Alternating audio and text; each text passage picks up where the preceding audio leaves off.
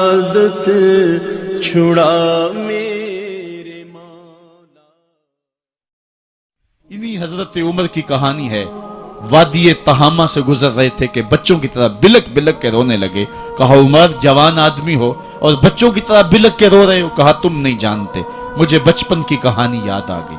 کہا کیا کہانی ہے؟ کہا یہی عرض تہامہ تھی، میرے باپ خطاب نے مجھے 5 اونٹ دیے تھے، کہا انہیں لائن میں کھڑا کرو سیدھا۔ میں آگے والا سیدھا کرتا تھا، پیچھے والا ٹیڑھا ہو جاتا، پیچھے والا سیدھا کرتا، آگے والا ٹیڑھا ہو جاتا۔ میرے باپ خطاب نے مجھے بڑا مارا۔ کہا ایک عرب کے بیٹے ہو کہ تم سے 5 اونٹ لائن میں کھڑے نہیں ہوتے؟ کہا ایک زمانہ عمر پہ وہ تھا کہ اس سے 5 اونٹ لائن میں کھڑے نہیں ہوتے تھے، اور آج شرق سے لے کر غرب تک 23 لاکھ مربع میل کی حکمرانی اور انسان بھی لائن میں کھڑے ہیں۔ یہ محمد عربی کے جوڑوں کا صدقہ نہیں ہے تو اور کیا ہے؟ عمر سے تو 5 اونٹ لائن میں کھڑے نہیں ہوتے تھے۔ تو یہ عزتیں، یہ تخت و تاج، یہ حکومتیں ہمیں حضور کی دہلیز سے ملی ہیں۔ جب ہم نے اس دہلیز کو چھوڑ دیا تو دنیا کے اوپر رسوا ہو گئے اور ذلیل کر کے رکھ دیے گئے۔ آج ہماری حالت یہ ہے کہ غیر بھی ہمیں تانے دے رہے ہیں۔ میرا ایک دوست پچھلے دنوں کے اندر ننکانہ صاحب گیا تو وہ مجھے آ کر کے جو کہانی سنانے لگا، اس کی آنکھوں میں نمی تھی اور اس کے لہجے میں بے پناہ درد تھا۔ کہنے لگا کہ مجھے شوق دامن یہ ہوا کہ میں یہاں سکھوں کا گردوارہ بھی دیکھوں۔ کہتے میں اسی شوق میں ان کا گردوارہ دیکھنے چلا گیا، تو جب گردوارے کی سیڑھیاں آئیں تو میں جوتے اتارے اور میں سوچ رہا تھا کہ ان کو سمیٹ کے کہاں سنبھالوں، تو ایک شخص آگے بڑھا اور مجھے کہنے لگا کہ آپ تسلی سے جائیں، یہ گردوارہ ہے، مسلمانوں کی مسجد نہیں ہے۔ تو کہتا کہ میرا کلیجہ پھٹنے لگا کہ ہم اس قدر اخلاقی پستی کا شکار ہو گئے ہیں، کیونکہ جواب تو میرے پاس نہیں تھا جو اس کو میں دے سکتا، کیونکہ ہماری حالت بین ہی یہی ہے۔ تو کہتا ہے کہ میرا کلیجہ کٹنے لگا کہ ہم اس پستی اور اس ذلت کے مقام پہ چلے گئے ہیں۔ اب ہمارے ملک کے اندر جو ہمارے ذمی ہیں وہ بھی ہم کو جو ہے وہ تانا دے رہے ہیں، اور ہمارے مستامن بھی ہم کو تانا دے رہے ہیں، اور ملک کے اندر بھی ہم کو ذلت اور رسوائی کا سامنا کرنا پڑ رہا ہے۔ یہ ہماری ذلت اور رسوائی کی مثالیں ہیں۔ ہماری اخلاقی پستی اور زبو حالی نے ہم کو کہیں کا نہیں چھوڑا ہے۔ میں بہت پرانی کہانی نہیں سنانے لگا آپ کو، یہ قرون اولیٰ کی کہانی نہیں ہے، یہ کہانی جو ہے وہ صحابہ کے زمانے کی بھی نہیں ہے، یہ کہانی جو ہے وہ تابعین کے بھی دور کی نہیں ہے، محدثین کے دور کی بھی نہیں ہے، یہ سری سختی کے زمانے کی کہانی بھی نہیں ہے، یہ جنید بغدادی کے دور کی بھی نہیں ہے، ہاں یہ مجدد الف ثانی کے زمانے کی کہانی بھی نہیں ہے، یہ کل کی بات ہے۔ ہم دور غلامی میں تھے، ہمارے اوپر انگریز حکومت کر رہا تھا۔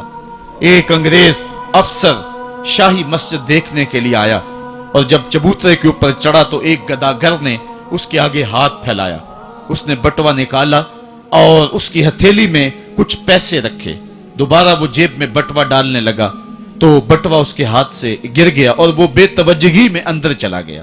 اس گداگر نے آگے بڑھ کے اس بٹوے کو پکڑ لیا، خیال تھا یہ واپس آئے گا تو میں اس کو بٹوا دے دوں گا، لیکن وہ کسی اور دروازے سے نکل گیا اور یہ منتظر رہا۔ وقت گزرتا رہا، 1 سال گزرنے کے بعد وہ دوبارہ پھر آیا۔ اس کا کوئی دوست اسے ملنے آیا تھا انگلستان سے، اس کو شاہی مسجد دکھلانے کے لیے وہ پھر آیا۔ یہ گداگر وہاں بیٹھا ہوا تھا، اس نے پہچان لیا، کہا صاحب 2 لمحوں کے لیے رکیے، مجھے آپ سے ضروری کام ہے۔ دوڑا دوڑا گیا، قریب ہی گھر تھا، وہاں سے وہ بٹوا اٹھا لایا، اس میں بہت زیادہ جو ہے وہ پیسے تھے۔ کہا یہ 1 سال قبل آپ آئے تھے، آپ کو یاد ہو نہ یاد، آپ کا یہ بٹوا گر گیا، میں ڈھونڈتا رہا، آپ مل نہ پائے۔ اس نے جب دیکھا، وہ ایک کبھی بٹوے کے اندر رقم کو دیکھے، کبھی گداگر کے چہرے کو دیکھے، پھر اس سے رہا نہ گیا۔ اس نے کہا تو گداگر ہے اور تو ایک پائی صبح سے شام تک اکٹھی کرتا ہے، اتنی رقم تجھے اکٹھی مل گئی تو اس رقم سے اپنا گھر بنا سکتا تھا، کاروبار سیٹ کر سکتا تھا، اور 1 سال ہو گیا تو میرا انتظار کرتا رہا۔ اس نے کہا بابو بات رقم کی نہیں ہے، تو عیسائی ہے اور میں مسلمان ہوں۔ کل قیامت کے دن اگر تیرے نبی نے میرے نبی کو کہا کہ میرے امتی کا بٹوا گرا تھا اور تیرے غلام نے پکڑا تھا، تو پھر میرا نبی جو ہے تیرے نبی کے سامنے شرمسار ہوگا۔ میں گداگر ضرور ہوں، بے غیرت نہیں ہوں، میں نہیں چاہتا کہ میرے نبی کو تیرے نبی کے سامنے شرمندگی ہو۔ یہ تو گداگروں کی کہانی ہے،